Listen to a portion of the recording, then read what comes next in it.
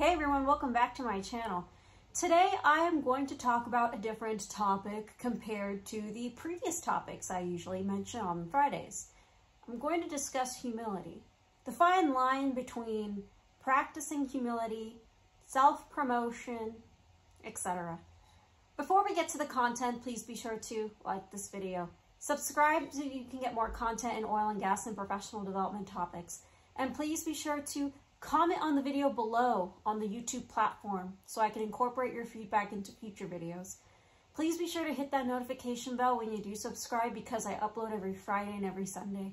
Every Friday is a professional development topic and every Sunday is a technical review. Well, let's get to the content. Now, what exactly is humility?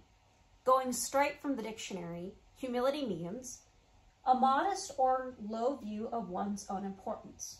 Humbleness. The inspiration behind speaking about humility, for instance, comes from the book that I've been reading, or I've binge reading Patrick Lencioni's books, specifically The Ideal Team Player. I strongly suggest you read the book if you haven't already. The way how Patrick Lencioni structures his books is he starts with a fable. And in this fable, he identifies key topics that he wants to talk about, which he then describes more into detail in terms of model, description of the model, the historical basis of the model, and he includes some of his final thoughts as well. Now, in the ideal team player, the three components of an ideal team player are humility, being hungry, and being smart, but not smart as in intelligence, smart as in being people smart. I'm going to go ahead and read a passage from the book and how Patrick Lencioni describes being a team player. It is on page 157 if you guys have the book. Being humble. In context of teamwork, humility is largely what it seems to be. Great team players lack excessive ego or concerns about status. They are quick to point out the contributions of others and slow to seek attention for their own. They share credit, emphasize team over self, and define success collectively rather than individually. It is no great surprise, then, that humility is the single greatest and most indispensable attribute of being a team player. Now, you might be wondering, how do you strike a balance with humility and making sure your contributions are known or people remember what exactly you have done? There's an interesting passage that Patrick Lencioni writes in The Ideal Team Player that I want to read, and this is on page 158. The next type is much less dangerous, but still worth understanding. These are people who lack self-confidence, but are generous and positive with others. They tend to discount their own talents and contributions, and so others mistakenly see them as humble. But this is not humility. While they're certainly not arrogant, their lack of understanding of their own worth is also a violation of humility. Truly humble people do not see themselves as greater than they are, but neither do they discount their talents and contributions. C.S. Lewis addresses this misunderstanding about humility when he said, "Humility isn't thinking less of yourself, but thinking of yourself less." These are some powerful, powerful passages that I wanted to talk about in expressing humility.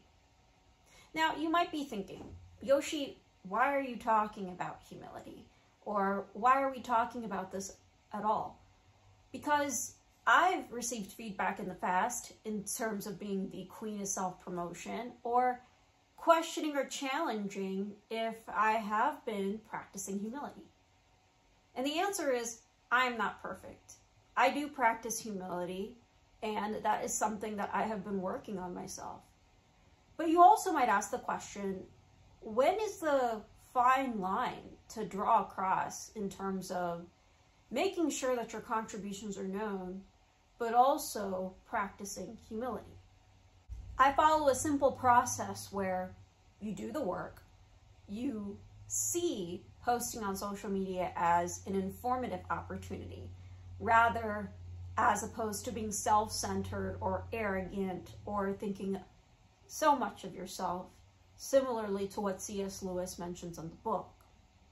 The way you walk that fine line of humility is acknowledge your contributions.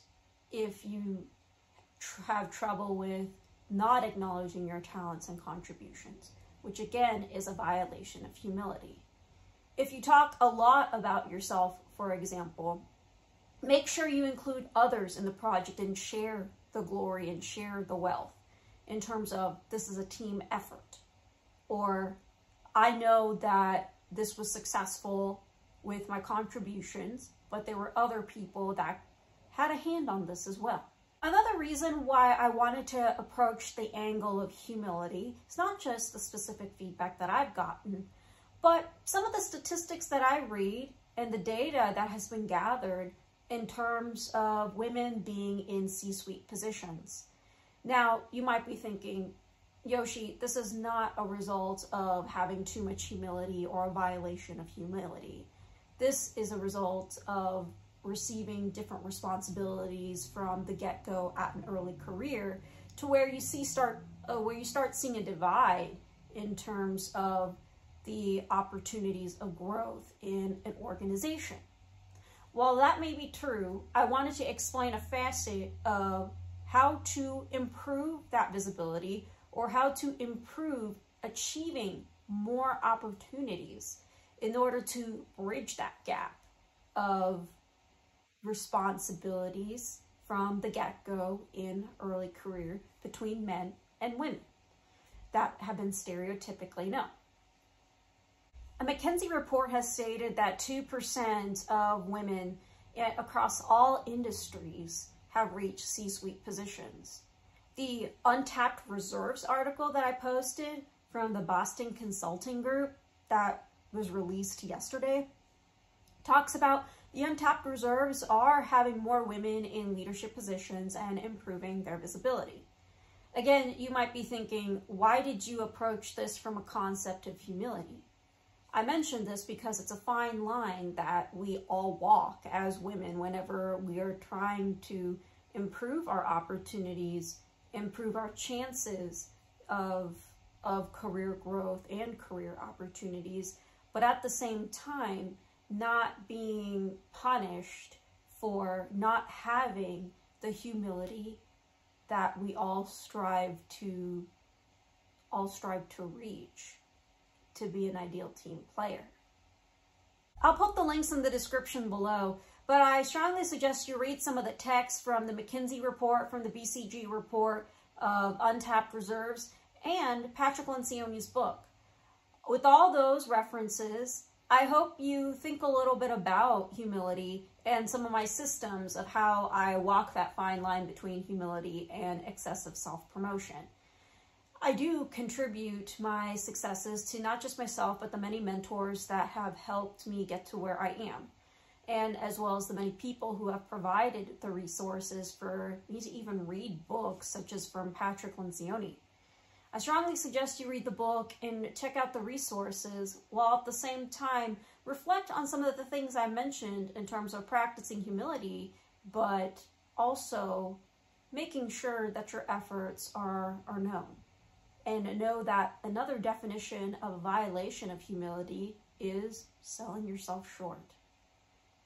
As usual, please be sure to like this video, subscribe so you can get more content in oil and gas and professional development topics, and please be sure to comment on the video below on the YouTube platform so I can incorporate your feedback into future videos. Thank you so much for taking the time to watch this video, and I'll see you in the next one.